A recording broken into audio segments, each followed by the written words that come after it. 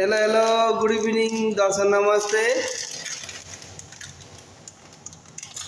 आज हाम्रो फेरि ढिँडो खाने कार्यक्रम सेफ आनन्द र सेफ कृष्णद्वारा।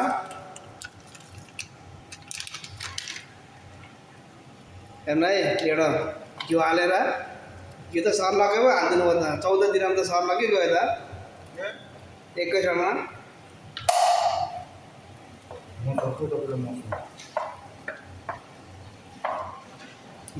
ल ढिँडो बनाउँदैछ है ढिँडो आखौँ बाखौँ ए आखौँ बाखौँ ए ढिँडो ढिँडो चाखौँ ए कोदाको ढिँडो चाखौँ। हेर्नुहोस् है हेर्नुहोस् हेर्नुहोस् कसरी ढिँडो उडाल्नुपर्छ भन्ने कुरा लमजुङ्गे मोलोरा गुल्मेली सोल्टीदेखि सिक्नुपर्छ होइन। आना सोल्टीले त के अरे कोदो पिठो त मुखमा लाउनु भएको छ अघि नै खोल्दाखेरि हो राजा खोल्दाखेरि हो।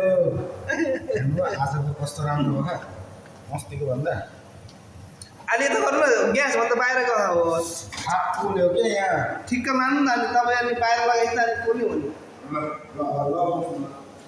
है ल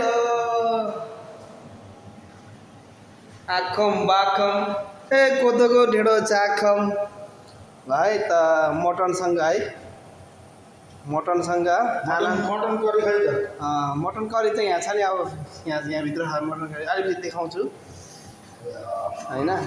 यो भिडियो हेरेर @सान गुरुङ 123 मा लाइक कमेन्ट गर्न नभुल्नु होला।